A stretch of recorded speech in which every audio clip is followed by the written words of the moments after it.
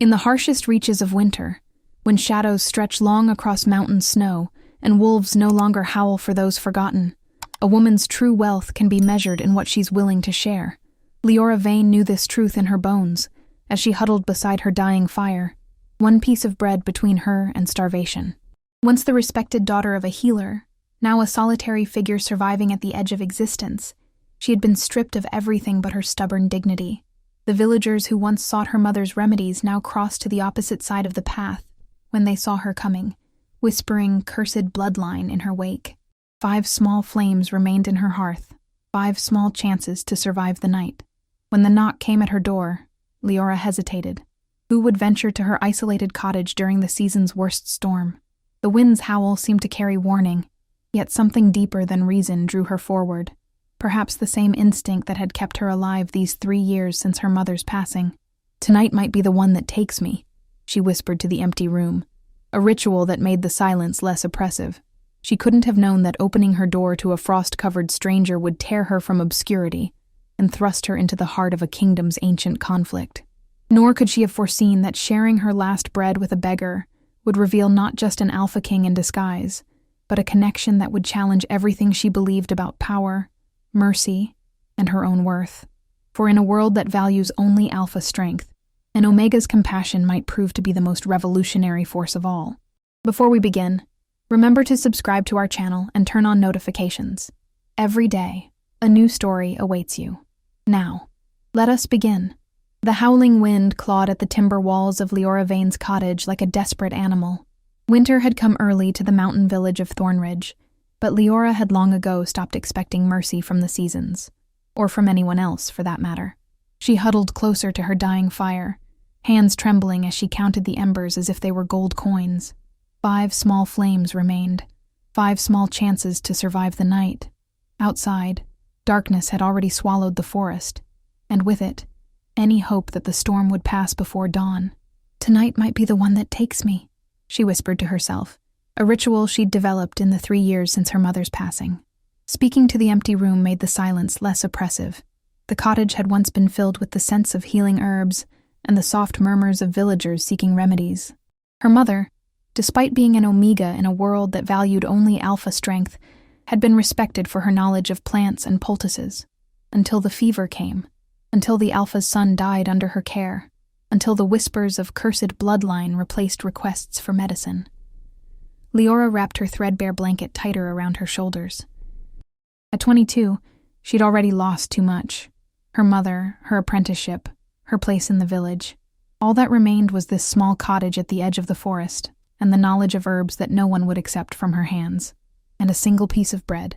She glanced at it, sitting on her worn wooden table, the last of her food, saved for tomorrow. Her stomach twisted with hunger, but she refused to give in. One more night. She could endure one more night. The wind howled again, this time bringing with it a sound that made Leora freeze. Between the gusts, she heard it, a faint knocking at her door. No one had knocked on her door in months. The villagers avoided her cottage as if disease still clung to the walls. Even the pack wolves, wild but respectful of territory, no longer ventured near her home.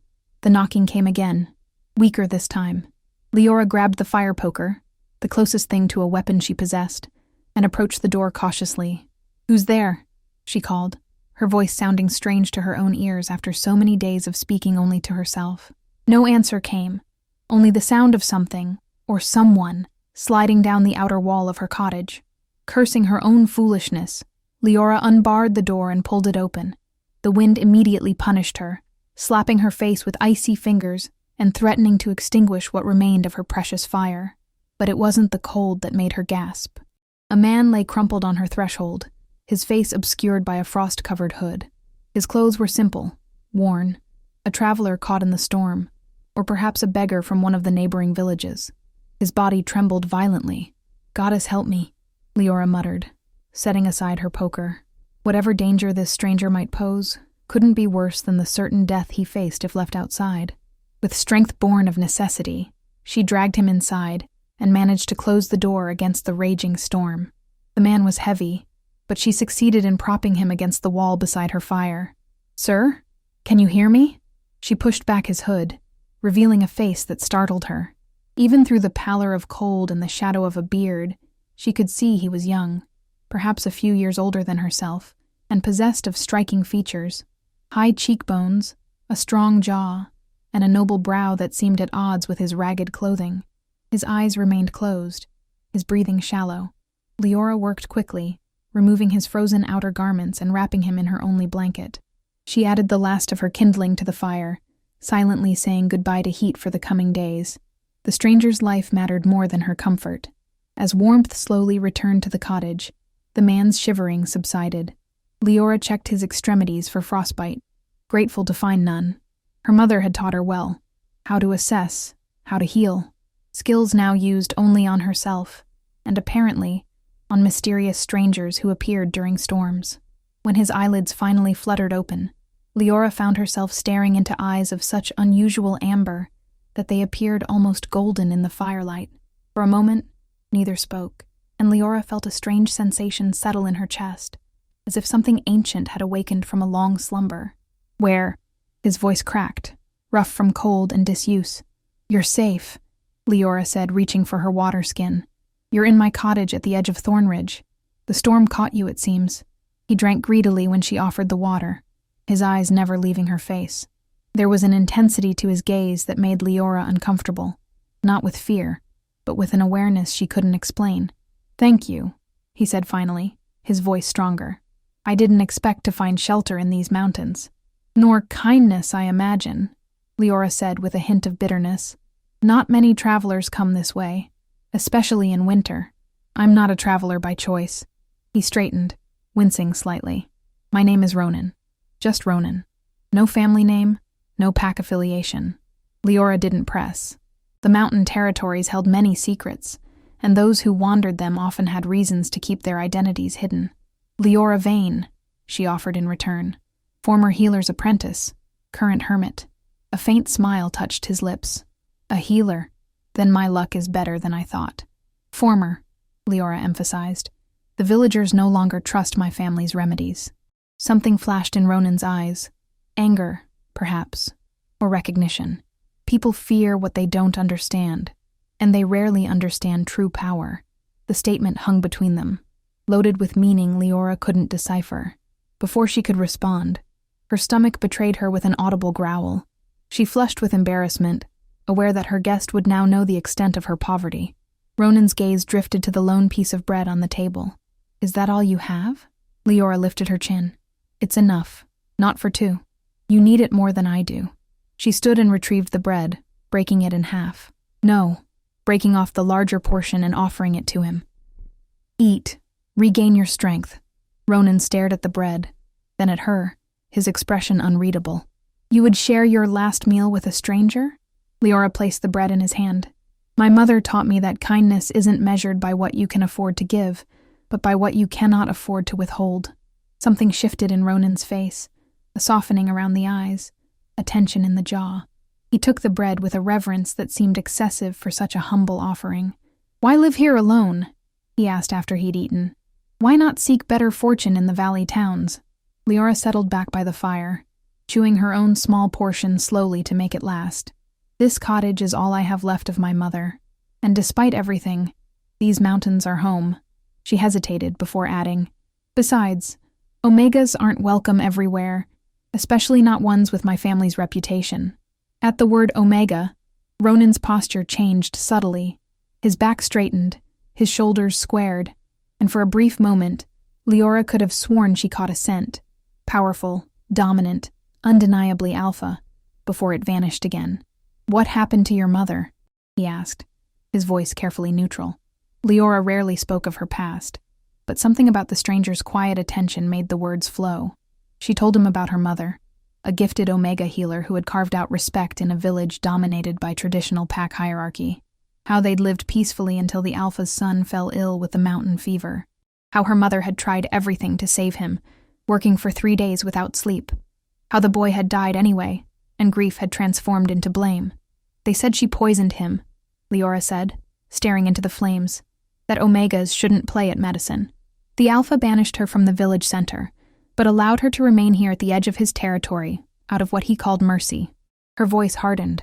2 months later, she died of the same fever. No one came to help us. And you've lived here alone since then? Ronan's voice had dropped to a dangerous register, though his anger didn't seem directed at her. Leora nodded. I gather herbs, make simple remedies for myself. Sometimes I trade with passing merchants for necessities. She gestured around the sparse cottage. It's not much, but it's mine. You've survived where many would have surrendered, Ronan observed. That takes strength that has nothing to do with being alpha or omega. The compliment warmed her more than the fire. For years, she'd heard only criticism or silence. To be seen, truly seen by this stranger felt like water to parched earth. They talked as the night deepened, the storm outside fading to occasional gusts. Ronan spoke little of himself, only that he came from the Eastern Territories and had business in these mountains. He asked many questions about the village, the Alpha's rule, the surrounding lands. Leora answered honestly, finding unexpected relief in conversation after so much solitude. As exhaustion finally claimed them both, Leora insisted Ronan take her small bed while she settled before the dying fire. Despite his protests, she would not be swayed. You're still recovering, she said firmly, and I've slept by this fire more nights than I can count. Ronan finally acquiesced, though something in his expression suggested he wasn't accustomed to being refused. Leora wondered fleetingly what position he held in his home territory. A pack enforcer, perhaps, or a council member. He carried himself with too much authority to be a common wolf. As sleep began to claim her, Leora heard his voice from the darkness of her small bedroom. Why did you help me, Leora Vane? Truly? She considered the question, her mind already drifting toward dreams. Because the world has taken enough from me, she murmured. I won't let it take my humanity, too. His response was so quiet she almost missed it. Some gifts cannot be repaid, but they will be remembered. In the deepest part of the night, Leora woke suddenly, her senses alert though she couldn't identify what had disturbed her sleep. The fire had died to barely glowing embers, casting the cottage in near-total darkness. She listened, hearing only the occasional creak of timber as the wind tested the walls. Then she caught it. A presence, a powerful energy emanating from the small bedroom where Ronan slept. The hair on her arms rose as she detected a scent that couldn't possibly belong to the ragged traveler she'd rescued. It was the scent of an alpha, but not just any alpha. It carried notes of mountain pine, winter frost, and something ancient. The smell of power that extended beyond physical strength. Leora remained motionless, her heart pounding. Who had she invited into her home? The bedroom door remained closed, and eventually, the overwhelming sense of alpha presence receded like a tide drawing back from shore. Leora told herself she had imagined it, a dream born from too many nights alone, too many meals missed. By the time dawn painted her windows with pale light, she had almost convinced herself. She rose stiffly, her back protesting from a night spent on the hard floor. The storm had passed, leaving behind a world transformed by snow and silence. Leora stoked the fire with her last pieces of kindling and melted snow for morning tea. A poor breakfast, but all she could offer. When she turned toward the bedroom to check on her guest, the door stood open. The room was empty. Ronan had vanished. Disappointment settled in her chest, heavier than she would have expected after knowing someone for only a night. Still, she understood. Travelers had their reasons for quick departures. It wasn't until she approached the bed to straighten the blankets that she noticed the small leather pouch left on the pillow. With trembling fingers, Leora opened it to find 5 gold coins, more money than she had seen in years, enough for food and firewood to last until spring. Impossible, she whispered, touching the coins to ensure they were real. That's when she heard it, the sound of horses approaching, many of them, moving at speed toward her cottage. Fear clutched at her throat. No one ever came here, and certainly not in numbers. Leora rushed to her window, peering out to see a procession that stole her breath. 6 riders on massive black horses were approaching, their armor gleaming in the morning light. Behind them rode at least a dozen more warriors, all bearing the same emblem on their chest plates, a wolf's head crowned with a crescent moon. The royal guard of the Vale Pack, the most powerful wolf pack in the Eastern Territories. Leora's hand flew to her mouth. What could possibly bring the Vale Royal Guard to her door? Had she unknowingly violated some boundary? Was this to be the day they finally drove her from even this small corner of existence? The riders halted before her cottage, and the leader dismounted. Tall and severe, with battle scars visible even at a distance, He approached her door and knocked with enough force to rattle the timbers. With no choice, Leora opened the door, fighting to keep her expression neutral despite her racing heart.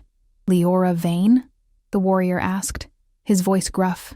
"Yes," she answered, lifting her chin despite feeling the overwhelming pressure of multiple alpha presences. "What business does the Veil Pack have with me?" The warrior's expression remained impassive. "By order of His Majesty, King Ronan Vale, you are summoned to the royal court." The world seemed to tilt beneath Leora's feet. "King Ronan Vale?"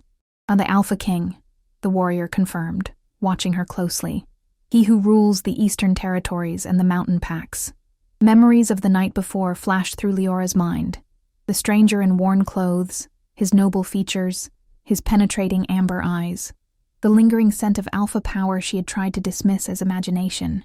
"There must be some mistake," she began, but the warrior cut her off. "His Majesty said you would doubt." He reached into his cloak and withdrew a folded piece of parchment sealed with wax bearing the same wolf and moon emblem. "He instructed me to give you this." With unsteady hands, Leora broke the seal and unfolded the note. The handwriting was bold and decisive. "Leora Vane, you shared your last bread with a stranger when you had nothing to spare. Now I ask you to share your wisdom with a kingdom that has everything but compassion. Come not as a subject, but as my honored guest. What was given in kindness will be returned in kind." Ronan Vale Leora looked up from the note to find all the warriors watching her, waiting. The morning sun illuminated the snow-covered forest around her cottage, making everything seem sharp and new and impossible. The beggar she had saved was the Alpha King, and he was calling her to his court. Everything she knew, her solitude, her struggle, her small existence at the edge of the world, was about to change. Whether for better or worse remained to be seen. But as Leora clutched the note in her hand, she felt something she had not experienced in years, the flutter of hope, unfurling like the first green leaf after the longest winter. The journey to the eastern territories took 7 days. 7 days of riding through mountain passes on a horse too grand for a woman who had spent years at the edge of existence. 7 days of watching the landscape transform from the sparse, windswept forests of Thornridge to the lush, protected valleys of the Vale lands. 7 days to contemplate how a single act of kindness had altered the course of her life. Throughout the journey, the royal guards maintained a respectful distance, neither friendly nor hostile. Their leader, who introduced himself as Commander Alaric, spoke to her only when necessary, to announce when they would rest, where they would make camp, how many hours remained in their day's travel. He watched her with the cautious assessment of a man trained to see threats everywhere, even in an Omega healer with nothing but a small bundle of belongings and the clothes on her back. "Why has he summoned me?" Leora asked on the third night, as they sat around a campfire beneath a sky scattered with stars. Truly, what could an Alpha King want with someone like me? Alaric's weathered face revealed nothing. "It is not my place to speculate on His Majesty's intentions. But you must have some idea," she pressed. "Does he summon strangers to court often? Especially Omegas from disgraced families?" Something flickered across the commander's features. Surprise, perhaps, or reluctant admiration for her directness. "No," he admitted finally. "In the 5 years since His Majesty took the throne, he has never done anything like this." He studied her across the flames. "Whatever you did, it made an impression." Leora fell silent, remembering the night she had shared her fire, her blanket, her last bread with a man she believed to be a beggar. What had he seen in her that warranted this summons? And more troublingly, what did he expect from her now? On the morning of the 7th day, they crested a hill that offered her first view of Wolf's Haven, the ancestral seat of the Veil Pack, and home to the Alpha King. Leora's breath caught in her throat. The city sprawled across a valley protected on 3 sides by towering mountains. Unlike the humble stone and timber structures of Thornridge, Wolf's Haven was built of pale granite that gleamed golden in the morning light. At its center stood the royal palace, not a castle of harsh battlements and imposing walls, but a sprawling complex of elegant spires and terraced gardens that seemed to grow from the mountain itself. "It's beautiful," she whispered. Alaric, riding beside her, nodded. "The work of 15 generations. Every Alpha King or Queen has added to it." Something like pride softened his stern expression. "King Ronan has opened the lower gardens to all citizens, not just pack members. the first to do so in 3 centuries. This small detail offered Leora her first real insight into the man who had appeared at her door as a beggar. A king who opened royal gardens to commoners might indeed value compassion over convention. As their party descended into the valley, Leora became aware of the sheer scale of the city. Thousands of people moved through wide streets lined with flowering trees. Markets bustled with activity. Children played in public squares. Wolves in their shifted forms ran alongside humans in an integration she had never witnessed in Thornridge, where shifting was reserved for ceremonies and combat. The closer they drew to the palace, the more aware Leora became of her appearance. Her simple dress now travel-worn, her hair windblown, her hands rough from years of work. She was about to enter the court of the most powerful alpha in the Eastern Territories, looking like exactly what she was, a poor Omega from the edge of nowhere. "Commander," she said quietly, "I'm hardly presentable for a royal court." Alaric glanced at her, his expression unreadable. "His Majesty saw you as you were and still sent for you. But," he added, noting her discomfort, "arrangements have been made for your arrival. The king anticipated your concerns." Indeed, instead of proceeding directly to the palace, their party diverted to an elegant building near its gates. Here, Leora was greeted by a woman who introduced herself as Lady Serena, the king's cousin, and a member of his inner council. "Welcome to Wolf's Haven, Miss Vane," Lady Serena said, her smile genuine, though her eyes held the same assessment Leora had seen in Alaric's. "His Majesty has asked that you be given time to rest from your journey before presenting yourself at court." Leora was led to chambers more luxurious than anything she had ever imagined. A suite of rooms with windows overlooking the city, furnished with silk and velvet and polished wood. Servants appeared with heated water for bathing, clothes for her to choose from, and a meal that made her previous dinner of half a piece of bread seem like a distant dream. When the door closed behind them, Leora stood alone in the center of this unexpected luxury, feeling more out of place than she ever had in her life. What game was the Alpha King playing? And what role had he cast her in? 3 hours later, freshly bathed and dressed in a gown of deep forest green that complemented her eyes and copper hair, Leora followed a palace attendant through corridors of increasing grandeur. The dress was simpler than most court fashions she'd been told, but its fabric was finer than anything she'd ever touched. Around her neck hung a pendant of silver and moonstone, a gift left with the clothes, though no note indicated who had chosen it for her. They passed wolves in human form, wearing the insignia of various packs, nobles in rich attire, servants moving efficiently about their duties. Many glanced at Leora with undisguised curiosity. News of her arrival had clearly spread, though she doubted anyone knew exactly who she was or why she had been summoned. The attendant stopped before massive double doors, carved with the history of the Veil Pack, wolves running beneath moon phases, battles and coronations, seasons changing across an ancient forest. 2 guards stood at attention, their armor bearing the now familiar wolf and crescent emblem. "Miss Leora Vane," the attendant announced, "summoned by His Majesty." The guards exchanged a glance before opening the doors, revealing the throne room beyond. Leora took a deep breath, squared her shoulders, and stepped forward into a new chapter of her life. The throne room of Wolf's Haven was a testament to nature rather than human artifice. The space had been carved from the mountain itself, with walls of polished stone rising to a ceiling open to the sky. A central pathway of marble led to a dais where a throne stood, not a gaudy seat of gold, but one carved from a single massive piece of ancient wood, inlaid with silver that caught the light filtering down from above. And upon that throne sat the man she had known as Ronan the Beggar. Gone were the ragged clothes and frost-covered cloak. King Ronan Vale wore a tunic of midnight blue, beneath light armor of burnished silver. A crown of intertwined silver branches rested upon his dark hair, which was now neatly trimmed. His beard, too, had been shaped to accentuate rather than hide the strong lines of his jaw. But his eyes, those unusual amber eyes that had seemed to see through her, remained exactly as she remembered them. The throne room was filled with courtiers and officials who turned to stare as Leora walked the long path toward their king. She felt their curiosity, their judgment, their speculation. An unknown Omega in their midst, summoned by royal command. She forced herself to focus only on the path ahead, on maintaining her dignity with each step. When she reached the appropriate distance from the throne, Leora executed a curtsy as Lady Serena had hastily instructed her. "Your Majesty," she said, her voice steadier than she felt, "I have come as you requested." For a long moment, Ronan simply looked at her, his expression revealing nothing of his thoughts. The throne room fell silent, the tension palpable. Then the Alpha King rose from his throne, descended the 3 steps of the dais, and did something that caused a ripple of shock through the assembled court. He bowed to her. Not the slight nod of acknowledgement a king might offer a noble visitor, but a proper bow of respect, one equal to equal. "Leora Vane," he said, his voice carrying easily through the vast chamber. "You honor us with your presence." The court's reaction was immediate.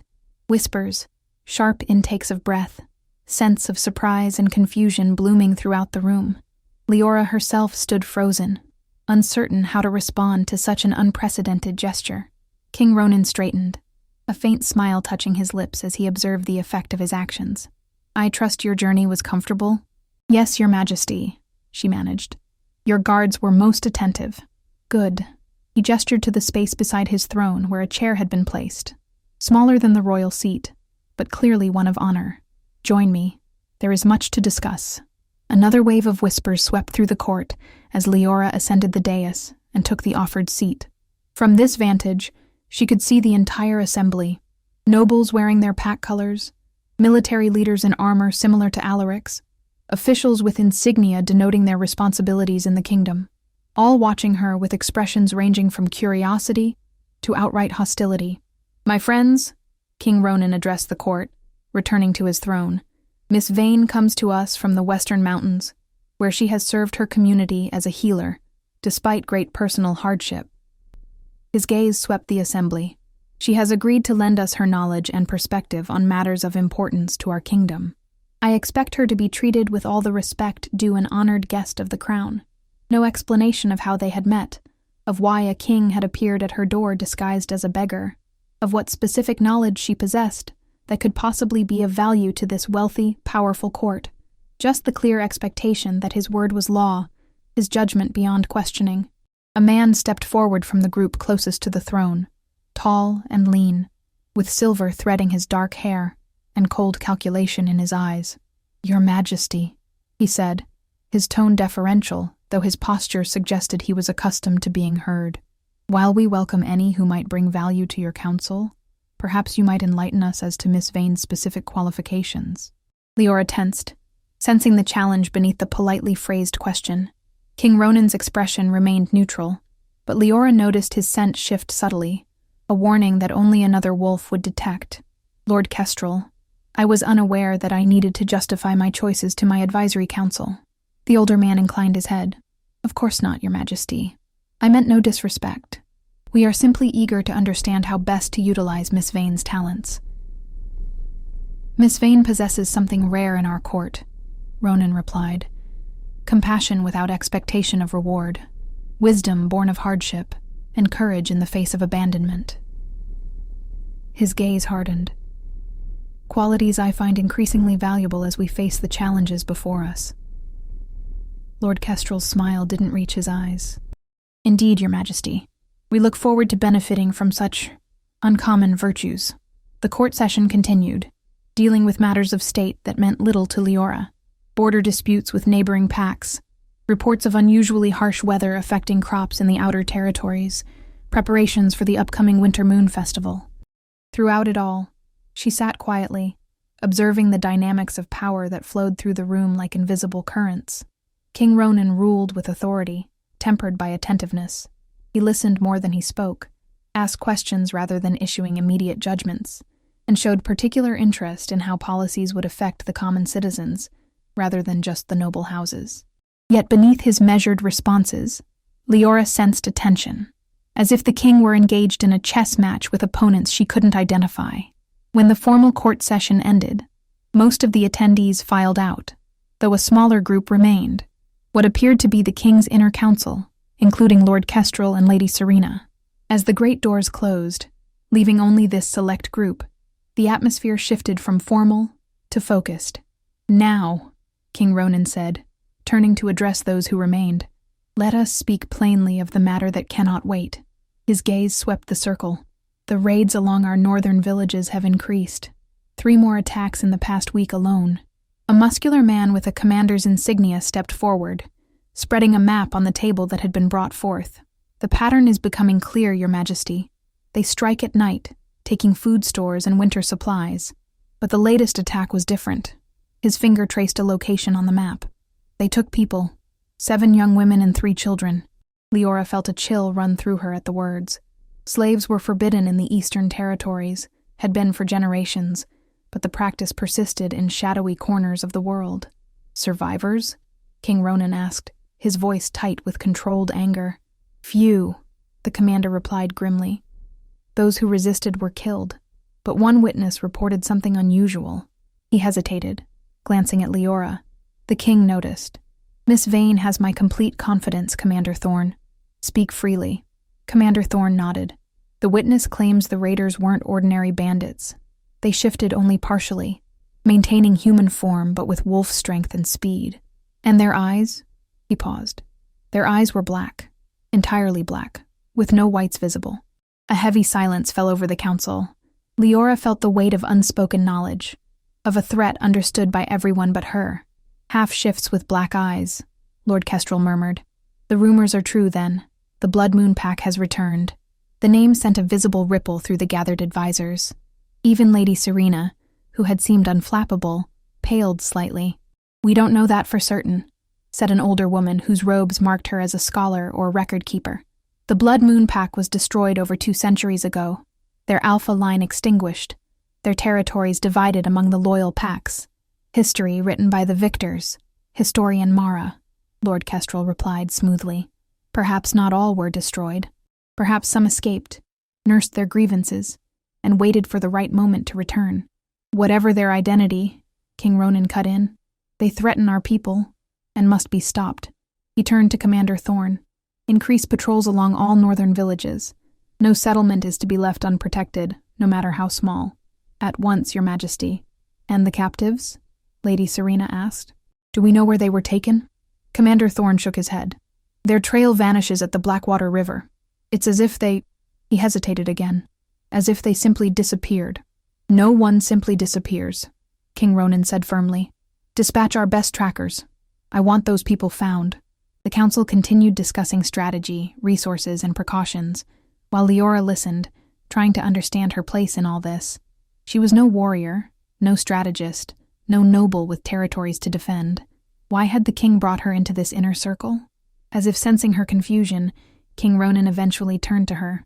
You've been quiet, Miss Vane. What are your thoughts?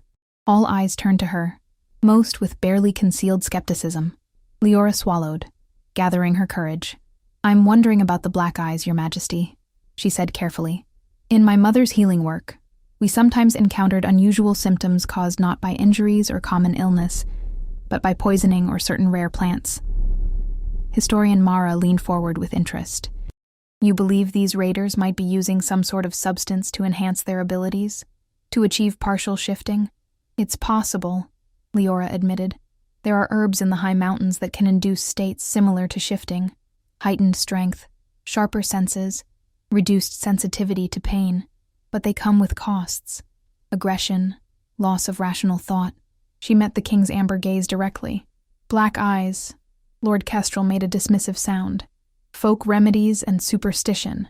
The Blood Moon Pack practiced dark rituals to enhance their power. That's the more likely explanation. Perhaps, King Ronan said, his gaze still on Leora. But I've learned not to dismiss knowledge simply because it comes from unexpected sources. To the council, he added, investigate both possibilities. If these raiders are using substances to enhance their abilities, knowing which ones might give us an advantage.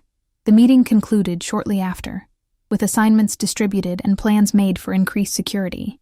As the advisors filed out, King Ronan gestured for Leora to remain.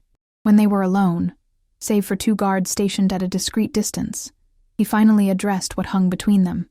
You must have questions, he said, his formal court manner softening slightly. Dozens, Leora admitted, beginning with why an Alpha King was wandering my territory in disguise. A faint smile touched his lips. Not exactly in disguise. More, without the trappings of office. He moved to a window overlooking the city below, gesturing for her to join him. Do Do you know what happens when a king travels with his retinue? His crown? His banners? Leora shook her head. He sees only what people wish him to see. Smiling faces, swept streets, rehearsed gratitude. His expression hardened. I wanted to see the truth of how people live in the outer territories under my rule. So I traveled alone, on foot, through villages and towns at the edges of my kingdom. And what did you find? Leora asked quietly. Hardship I hadn't been told about. Suffering my advisors never mentioned in their reports. His hands gripped the window ledge, and in one small cottage at the edge of everything, I found more humanity than in all my court. Leora felt heat rise to her cheeks at the unexpected praise. I only did what anyone would do. No, he said firmly. You did what few would do. You had one piece of bread, your last food, and you shared it with a stranger who could offer you nothing in return. His amber eyes held hers. Do you know how rare that is, Leora Vane? To give without calculation, to help without agenda? She didn't know how to respond to the intensity in his gaze, the conviction in his words. This powerful alpha, ruler of territories vaster than she could imagine, spoke as if her small act of kindness were something precious and profound. What do you want from me? She asked finally. The question that had haunted her throughout the journey, throughout the court session, throughout this strange day. I'm no diplomat or strategist. I'm barely even a healer anymore. What I want, he said quietly, is your perspective, your honesty, your unwillingness to look away from suffering. He gestured toward the door through which his advisors had departed. My council is filled with wolves who understand power and politics. What it lacks is someone who understands mercy. The weight of his words settled on her shoulders. And if I can't be what you need, you already are what I need, he said simply. You proved that the moment you opened your door to a stranger in a storm. Before she could respond, a sharp knock sounded at the chamber door. Commander Alaric entered, his expression grim. Forgive the interruption, Your Majesty, but we've received word from the northern border. Another village has been attacked. His gaze flicked briefly to Leora before returning to his king. There's something else. The raiders left a message this time, carved into the village headman's door. What message?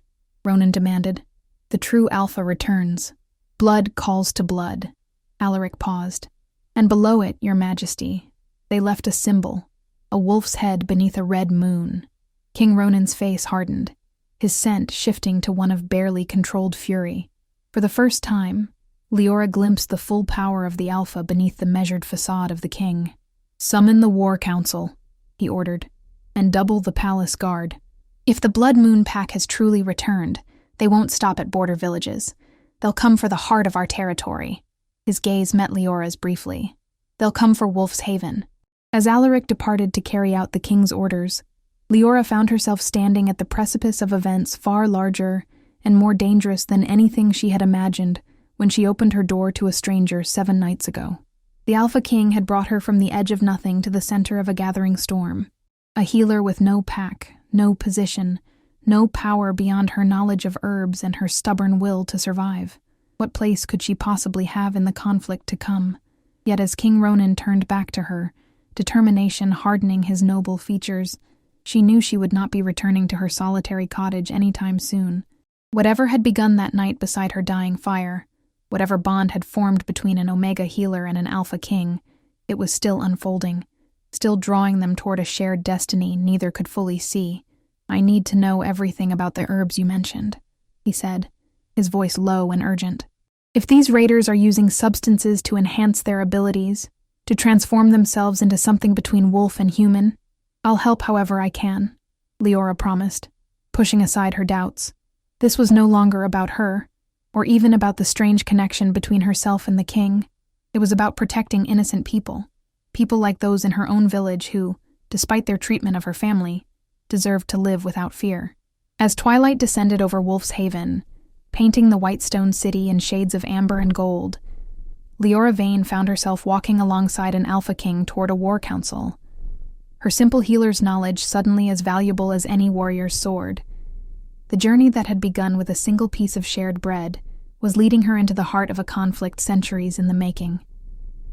And somewhere in the shadows beyond the kingdom's borders, Enemies with eyes as black as midnight were coming ever closer, carrying with them an ancient grudge and a thirst for vengeance that threatened everything Ronan Vale had built.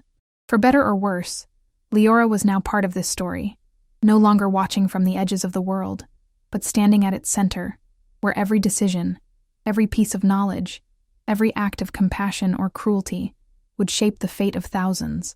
And as she walked beside the king she had once thought a beggar, she couldn't help but wonder, had she saved him that night in the storm, or had he saved her? And in the days to come, which of them would need saving again? 3 weeks had passed since Leora's arrival at Wolf's Haven, and in that time, the world had transformed around her. The golden autumn had surrendered to winter's first breath, dusting the palace gardens with frost each morning. Inside the palace walls, preparations for war overshadowed the approaching Winter Moon Festival, with warriors training in courtyards once reserved for celebrations. And Leora herself had changed, shedding the isolation of her previous life like an outgrown skin. The timid Omega, who had arrived in borrowed finery, now walked the palace corridors with purpose, her knowledge sought by healers and strategists alike. Her small chamber in the eastern wing had become a makeshift laboratory, filled with plants gathered by royal foragers under her direction, samples meticulously labeled and arranged for study. The Blood Moon Pack's attacks had continued. 6 more villages raided, more supplies stolen, more people taken. But thanks to Leora's insights, they now understood their enemy better. The raiders were indeed using mountain herbs to enhance their abilities, a concoction she had identified from descriptions of their behavior and the distinctive black eyes reported by survivors. Nightshade root, moon thistle, and wolf's bane, she explained to the War Council on a cold morning, as wind rattled the chamber windows. Combined in specific proportions and prepared under a waning moon, it allows them to access their wolf strength while maintaining human form, but at tremendous cost. What cost? King Ronan asked. He sat at the head of the council table, dark shadows beneath his eyes betraying nights of little sleep. Their minds, Leora said simply. Extended use destroys rational thought, eventually leading to madness. And their bodies, the concoction literally burns through their life force. I doubt any raider survives more than a dozen transformations. Lord Kestrel, who had remained skeptical of Leora despite her contributions, leaned forward. If this substance is so destructive, why use it at all? The Blood Moon Alpha must know he's sacrificing his own people. Because he isn't using it himself, Leora replied, meeting the Lord's cold gaze directly. In the past weeks, she had learned to hold her ground in these council sessions. Only his foot soldiers take the concoction. The leaders, those giving orders, show no signs of using it. Commander Alaric nodded grimly. That matches our scouts' reports. The raiding parties are led by wolves who remain clear-eyed and controlled while their followers fight with berserker rage. Expendable pawns, King Ronan concluded, his expression dark. Used and discarded once they've served their purpose. The discussion continued, focusing on defenses and strategies, but Leora found her attention drawn repeatedly to the Alpha King. Though he maintained his commanding presence, she sensed a growing weariness in him, not just physical exhaustion, but a deeper burden.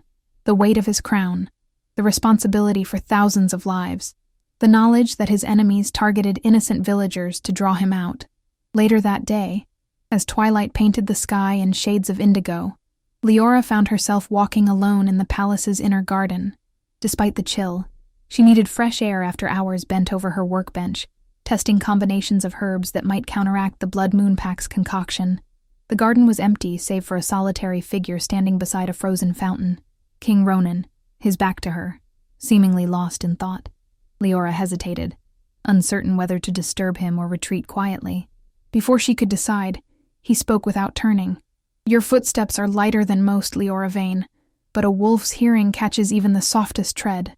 Forgive me, Your Majesty, she said, approaching slowly. I didn't mean to intrude. When he turned to face her, the fading light revealed lines of tension around his eyes and mouth that he kept carefully masked during council sessions. Your presence is never an intrusion. For a moment, they stood in companionable silence, watching as the first stars appeared in the darkening sky. Despite the formality that necessarily existed between them, king and subject, alpha and omega, these quiet moments had become increasingly common in recent weeks. brief interludes where rank seemed to matter less than the strange connection that had begun in her small cottage. 3 more villages have requested evacuation, Ronan said finally. Families abandoning homes they've held for generations, all because I cannot guarantee their safety. The self-recrimination in his voice surprised her. You're doing everything possible to protect them. Am I? He turned to look at her directly.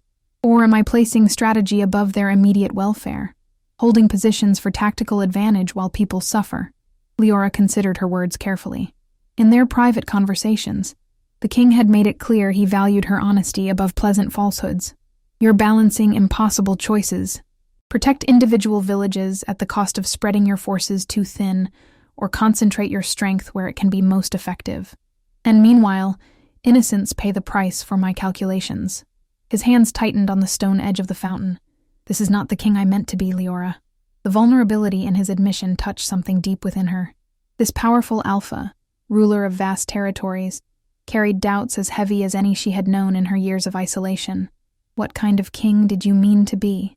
She asked softly. His amber gaze lifted to the mountains visible beyond the palace walls. One who protected rather than merely ruled. One who earned loyalty through justice rather than demanding it through strength. A faint, bitter smile touched his lips. Idealist notions, perhaps. My council certainly thinks so.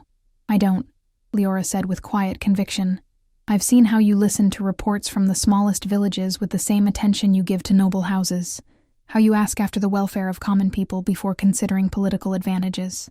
She took a step closer, emboldened by the importance of what she needed him to understand. The Blood Moon Pack attacks because you represent everything they despise. An alpha who values compassion alongside power. Something shifted in Ronan's expression. A softening. A moment of clarity breaking through the weight of responsibility. You see much, Leora Vane.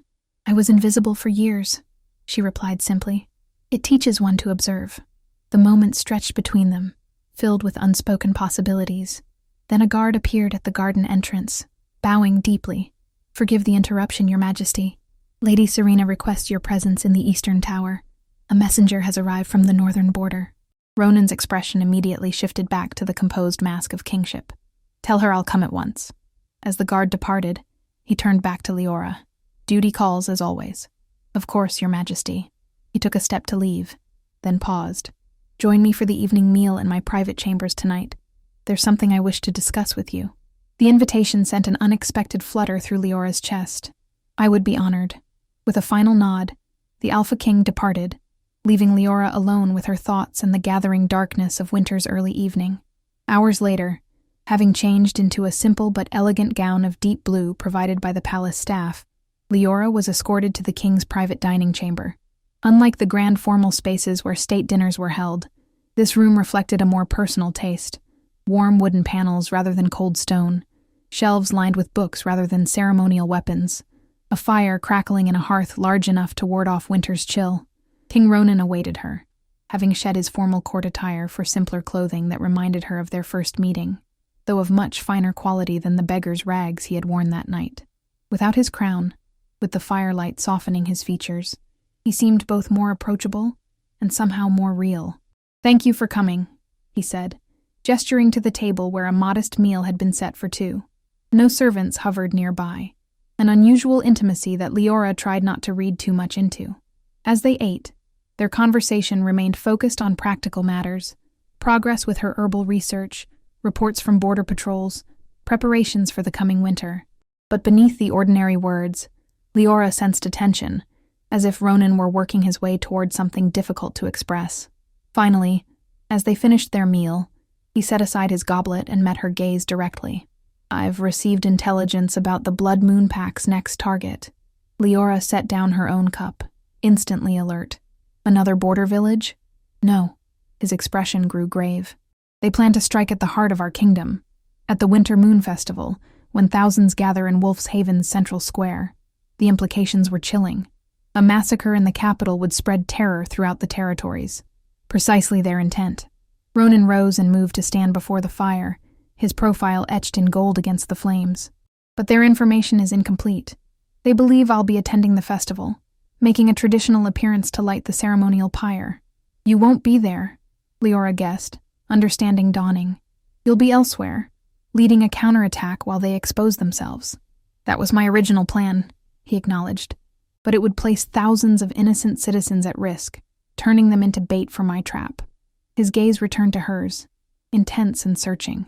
Is that the action of a just king, Leora? To use his own people as pawns? The question hung between them, heavy with implications.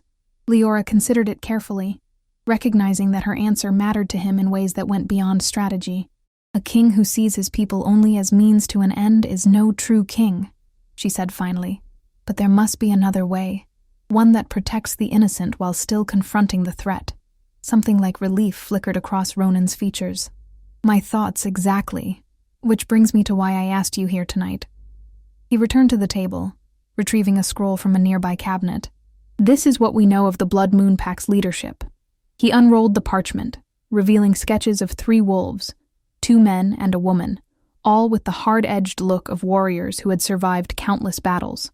Annotations beside each drawing detailed known abilities and sightings. Their alpha is Darius Blood Moon, Ronan explained, indicating the central figure, a man with a jagged scar cutting across his right eye. Believed to be the last surviving member of the original Blood Moon lineage, his lieutenants are Mara Nightshade and Corvin Dusk, both born to other packs, but sworn to his service. Leora studied the faces, committing them to memory. What's your plan? Not mine, Ronan said unexpectedly. Ours. Ours? The Blood Moon Pack targets innocents because they believe strength is the only virtue worth possessing. They use their own people as disposable weapons. His amber eyes held hers. I need to show them, and my kingdom, that there is power in mercy, in healing, rather than harming. Understanding dawned slowly. You want to cure the raiders rather than kill them, if possible, he confirmed. You said yourself they're victims of the concoction, their minds and bodies being destroyed. If we could reverse the effects, we'd undermine Darius Blood Moon's power base while demonstrating a different kind of strength, Leora finished, her mind already racing through possibilities. It could work, but creating such a remedy would require ingredients found only in Blood Moon territory, Ronan said grimly. Specifically, in the ruins of their ancestral holding in the northern mountains. The implications struck Leora like a physical blow. You intend to go there yourself, with a small team. While the main force prepares visible defenses for the festival, drawing the Blood Moon Pack's attention. It's incredibly dangerous, Leora protested. If Darius discovers the Alpha King in his territory, then I face him directly, as perhaps I should have from the beginning. Ronan's expression hardened. But I need someone with me who understands which plants to gather, how to prepare them correctly. The request hung unspoken between them. Leora's heart raced as she comprehended what he was asking. You want me to accompany you into enemy territory. I would not ask if there were any other option. His voice softened. Nor would I ask if I did not believe you capable. 1,000 objections rose in Leora's mind. She was no warrior, had never ventured beyond her own small territory before coming to Wolf's Haven, had spent years avoiding conflict rather than stepping into its path. Yet beneath these practical concerns lay a deeper truth. Whatever bond had formed between them that night in her cottage had continued to grow, drawing them into a shared destiny neither had anticipated. When do we leave? She asked, her decision made even as fear fluttered in her chest. Relief and something warmer flashed in Ronan's eyes. Tomorrow, before dawn. Commander Alaric and 2 of his most trusted warriors will accompany us. He reached across the table, his hand covering hers briefly. Thank you, Leora. The touch sent warmth spiraling through her, a sensation both unfamiliar and increasingly precious. In the 3 weeks since her arrival, something had shifted between them. Something neither had named, but both felt with increasing intensity. An Alpha King and an Omega Healer, drawn together by circumstance, but held by something far more complex. I should prepare, she said, gently withdrawing her hand. The northern mountains will be deep in winter's grip. I'll need to know exactly which plants we seek. Ronan nodded, allowing her the retreat. My library has texts on the northern flora, ancient volumes from before the Blood Moon Pack's fall. They spent the next hour reviewing these texts, heads bent together over yellowed pages, identifying the rare plants they would need. Throughout their work, Leora remained acutely aware of Ronan's proximity, of his scent, mountain pine and winter frost, that had become so familiar to her. of the strange twist of fate that had brought them to this moment, planning a dangerous mission that might save or doom his kingdom. As midnight approached, Leora gathered the notes she had made and prepared to return to her chambers.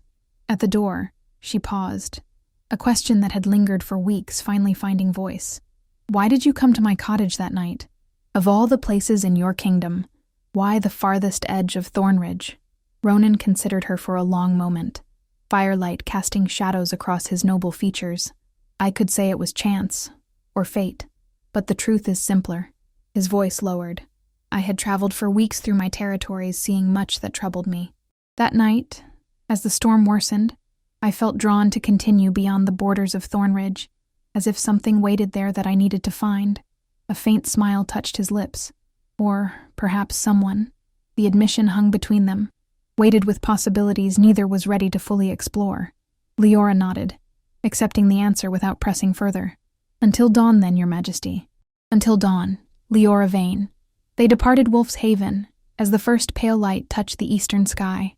A small party of 5 riding swift, sure-footed mountain horses. Commander Alaric led the way, with his 2 chosen warriors, twins named Kira and Kale, known for their exceptional tracking abilities, flanking Ronan and Leora. All wore simple traveling clothes, their weapons concealed, nothing to identify the Alpha King among them.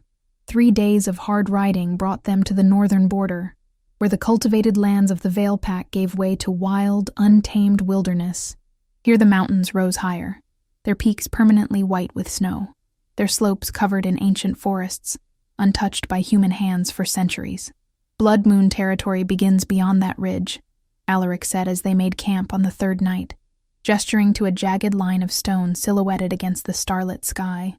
"From here, we travel with utmost caution.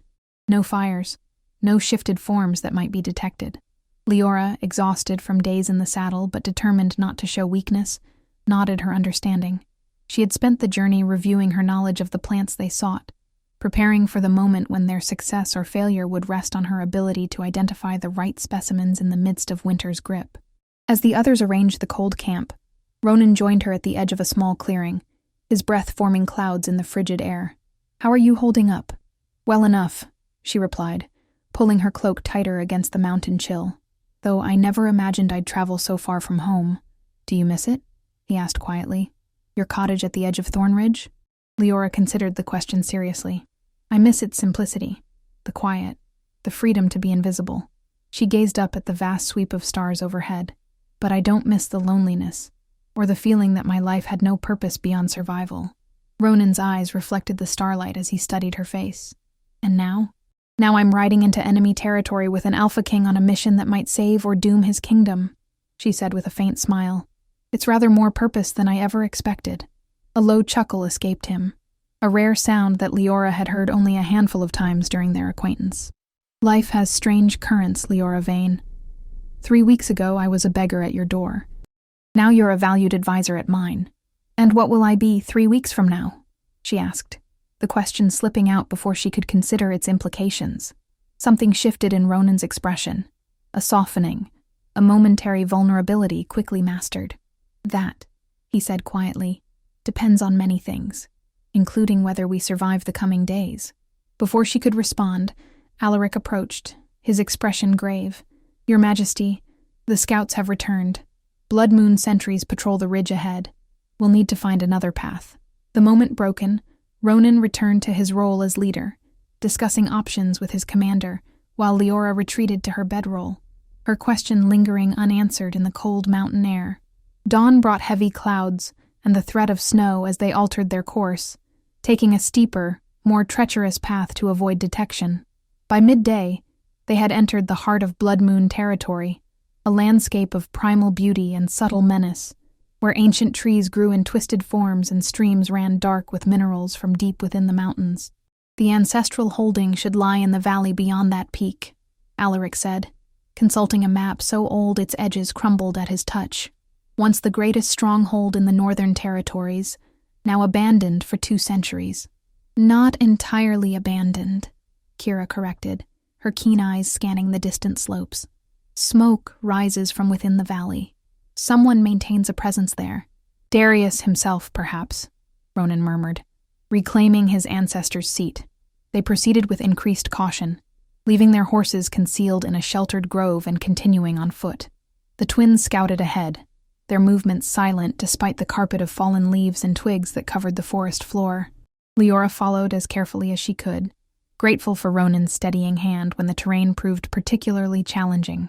As they crested a final ridge, the Blood Moon Pack's ancestral home came into view, a fortress built into the side of a mountain, its stone walls weathered but still imposing, its towers reaching toward the leaden sky like accusing fingers. Unlike the elegant, organic architecture of Wolf's Haven, this structure had been designed for war, every line of it speaking of defiance and dominance. The gardens would have been on the southern terraces, Leora said, recalling the ancient texts they had studied, protected from the harshest winds, catching the most sunlight. Alaric studied the fortress through narrowed eyes.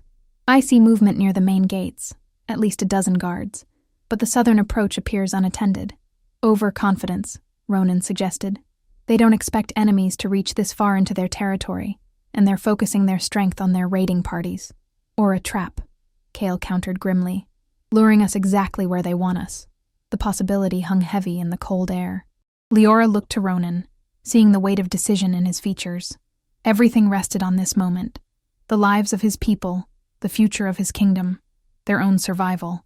If they retreated now, the Blood Moon Pack would strike at the Winter Moon Festival, causing untold casualties. If they proceeded into what might be a trap. "We continue as planned," the Alpha King said finally. "But we separate. Alaric, you and the twins create a diversion at the northern approach.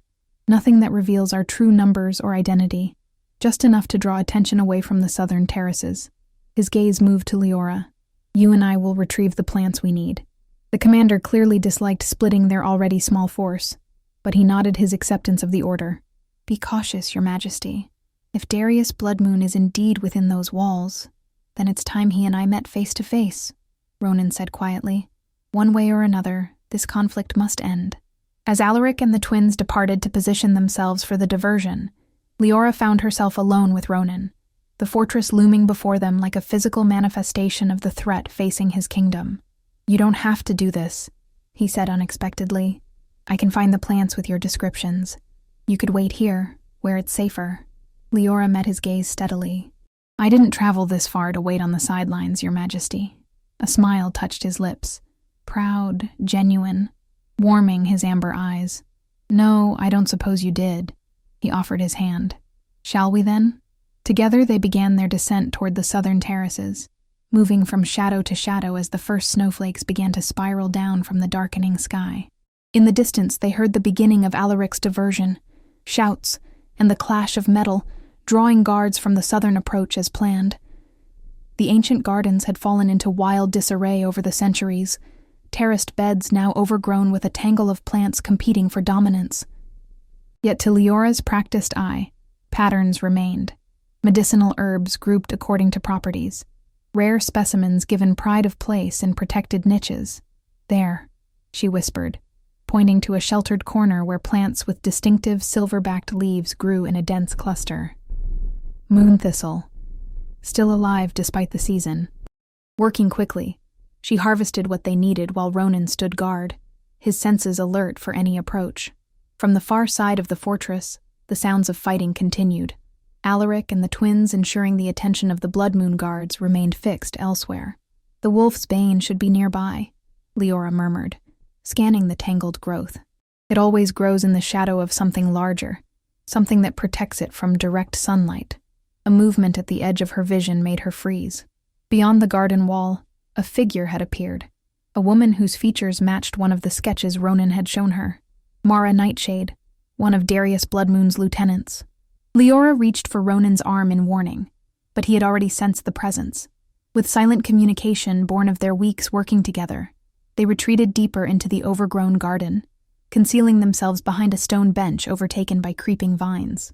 Mara entered the garden slowly, her movements casual, but her eyes constantly scanning her surroundings. She carried no visible weapons, but her posture suggested she was prepared for conflict at any moment. "I know you're here," she called, her voice carrying clearly through the snow-laden air. "I can smell you. An alpha, and something else Something unexpected. A predatory smile curved her lips. Come out, little mice. Darius would be so disappointed to miss greeting his royal visitor. Ronan's hand tightened on Leora's arm, a warning to remain hidden, to not react to the provocation. But the decision was taken from them, as 4 more Blood Moon warriors entered the garden from different directions, effectively surrounding their position. Found you, Mara said with satisfaction, as one of the warriors pointed to their hiding place. Now let's see who has been trespassing in our territory. With no choice left, Ronan stood, positioning himself protectively in front of Leora. I believe your alpha has been expecting me. Recognition dawned in Mara's eyes, followed by triumph. King Ronan Vale. What an unexpected honor. Her gaze shifted to Leora as she too stood, and with an Omega companion. How progressive of you. I've come to speak with Darius Bloodmoon, Ronan said, his voice carrying the authority of his position despite their precarious situation. Take us to him. Mara's laugh was cold. Oh, I intend to. He's been planning your welcome for some time. She gestured to her warriors. Disarm him. Bring them both. As the warriors approached, Leora felt fear twist in her stomach. They had come so close. The moon thistle secured in her pouch. The wolf's bane still unfound. So close to creating the remedy that might have saved countless lives. Now they would face Darius Bloodmoon not from a position of strength, but as captives. Yet as Ronan's eyes met hers briefly before they were separated and led toward the fortress, she saw not defeat, but determination. Whatever awaited them within those ancient walls, their story was not yet finished. And somewhere in the swirling snow beyond the garden, Alaric and the twins remained free.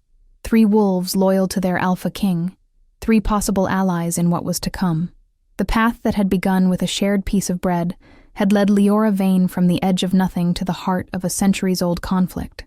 What would happen next would depend on courage, on loyalty, on the strange bond that had formed between an Omega healer and an Alpha King, and perhaps most of all, on the power of mercy to transform even the darkest of circumstances into something unexpected and new. The Winter Moon Festival came to Wolf's Haven, as it had for centuries before, with bonfires blazing against the night sky, music floating through streets decorated with silver ribbons, and the laughter of children who had never known the fear that had gripped the kingdom just weeks earlier. From the palace balcony overlooking the central square, Leora Vane watched the celebrations with a sense of wonder that had not diminished in the 2 months since her return from Blood Moon territory. Her hands, once rough from years of solitary work, now bore new calluses from the countless hours spent preparing the remedy that had changed everything. Still not comfortable with crowds? A familiar voice asked, as King Ronan joined her at the balcony's edge, the silver branches of his crown catching the moonlight. I'm learning, she replied with a smile, though I prefer watching from a distance. Some habits are hard to break, he agreed, his amber eyes warm as they rested on her face. The healer who lived at the edge of everything, observing but rarely seen. The description no longer fit her life, though parts of her nature remained unchanged. The shy, solitary Omega still existed beneath the woman who now wore the silver pendant of the Royal Advisor on Healing Arts, who taught apprentices in the newly established School of Medicinal Knowledge, who had the ear of the Alpha King himself. Below them, the festival reached its peak, as dancers in wolf masks performed the traditional moon dance, their movements telling the ancient story of how wolves first learned to shift into human form beneath the winter moon's light. Do you ever think about that night? Leora asked quietly. When you arrived at my cottage door? Ronan's expression softened. Often, though my memories of near freezing to death are somewhat overshadowed by what came after. What came after? Such a simple phrase for events that had transformed a kingdom. Their capture in the Blood Moon Fortress had led not to execution, but to an unexpected confrontation between Ronan and Darius Bloodmoon, alpha to alpha, king to would-be king. Not with claws and fangs as tradition demanded, but with words and principles, and finally, with mercy. For when Alaric and the twins had created their planned diversion, they had discovered something unexpected. The captives Darius had taken from border villages, including children barely old enough to shift. While Ronan and Leora faced the Blood Moon Alpha in his ancestral hall, Alaric had freed these prisoners, undermining Darius's position from within. And then, in a moment that would be retold in songs for generations, King Ronan Vale had offered not vengeance, but healing. The knowledge Leora had gathered, the remedy they had come to create, offered freely to cure the raiders whose minds and bodies were being destroyed by Darius's ambition. "Your warriors are dying for your revenge," Ronan had told his adversary as they stood in the great hall of the fortress, surrounded by blood moon warriors with black, empty eyes. "But they could live for a future of peace. The choice is yours." Pride and ancient hatred had warred in Darius Blood Moon's scarred face. "There can be no peace while a veil sits on the throne that once belonged to my ancestors." "Perhaps not," Ronan had acknowledged, "but there can be justice. Territory of your own, representation in the Council of Pacts, recognition of your lineage, if you abandon raids on innocent villages and the use of poison on your own people." It had not been an easy negotiation, nor a quick one. Blood called to blood, as the raiders' message had proclaimed. But in the end, what had tipped the balance was not strength or cunning, or even justice, but the sight of Leora, an Omega with no pack and no position, standing firm beside an Alpha King and offering healing to the very warriors who had threatened her life. "Mercy is not weakness," Ronan had said in that final confrontation. "Sometimes it is the greatest strength of all." Now, 2 months later, an uneasy peace held between the Veil Pack and the newly recognized Blood Moon territories. Darius remained proud and difficult, but the raids had ceased. The remedy Leora had created had saved dozens of warriors from madness and death, and slowly, tentatively, trade had begun between lands that had known only enmity for centuries. "The Council wants me to formalize the Northern Treaty next month," Ronan said, breaking into her thoughts. "It means traveling to the Blood Moon Fortress again. In better circumstances this time, I hope," Leora remarked with a wry smile. "Indeed." He turned to face her fully, the celebration below momentarily forgotten. "I'd like you to accompany me. As your healing advisor?" Something shifted in his expression, a vulnerability rarely seen beneath the composed mask of kingship. "As that, yes, and perhaps as something more." The words hung between them, weighted with possibility. In the weeks since their return, their relationship had evolved beyond advisor and king, beyond the strange connection forged in her cottage on that winter night. Lingering glances, conversations that stretched into the early hours, a growing awareness of each other that neither had fully acknowledged until this moment. "Something more," Leora repeated softly. "That sounds rather open to interpretation, Your Majesty." A smile touched his lips. "Ronan," he corrected. "Here now, I'm just Ronan to you." "Never just anything," she countered, finding courage in the warmth of his gaze. "Alpha, King, the man who appeared at my door when I had nothing left but a piece of bread and the stubborn refusal to surrender. The man who found everything he didn't know he was seeking in a cottage at the edge of nowhere," he added, his voice dropping to a register that sent warmth spiraling through her. "The man who has waited, perhaps too patiently, to ask if the woman who saved him might consider a more permanent place at his side." Leora's breath caught as she understood what he was truly asking.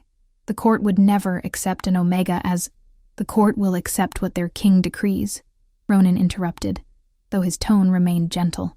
"But more importantly, they will accept what they have already seen, that wisdom and strength come in many forms, and that the woman who helped bring peace to our territories has earned her place 100 times over." He reached for her hand, his touch warm despite the winter chill. "I'm not asking you to be my queen because of politics or alliances. I'm asking because the moment you opened your door to a stranger in a storm, something changed in me, something that has only grown stronger with each day since." Below them, the festival continued, the citizens of Wolf's Haven celebrating the peace their king had won. But here, in this quiet moment on the palace balcony, a different kind of peace was being offered, one personal and profound. "I once shared my last bread with you," Leora said softly. "Now you ask me to share my life." Yes, the single word held all the authority of an Alpha's command, yet was offered with the humility of a genuine question. Leora thought of her cottage at the edge of Thornridge, now repaired and expanded into a way station for travelers caught in mountain storms, of the journey that had brought her from isolation to the heart of a kingdom, of the bond that had formed between an Omega healer and an Alpha King, unexpected, unprecedented, yet stronger than either had anticipated. "Yes," she answered simply, her hand turning to clasp his. Though I warn you, I may still prefer watching celebrations from balconies rather than leading them from thrones. Joy transformed Ronan's features, making him appear younger, lighter, as if a burden he had carried for years had finally been set down. We'll build more balconies, he promised, drawing her closer. As their lips met beneath the winter moon, the same moon that had witnessed their first meeting months before, Leora Vane understood that some journeys never truly end. They simply transform, like seasons changing, like kingdoms healing, like hearts opening to possibilities once thought impossible.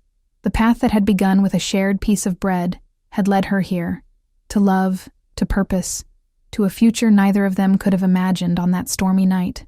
And whatever challenges awaited them, whether from resistant council members or proud blood moon wolves, or the simple complexities of joining two lives, they would face them together.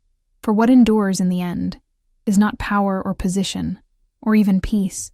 What endures is the courage to see worth in what others overlook, the wisdom to choose mercy when vengeance seems easier, and the simple, profound truth that sometimes the greatest gifts come from those who have nothing left to give but their last bread and the warmth of their heart.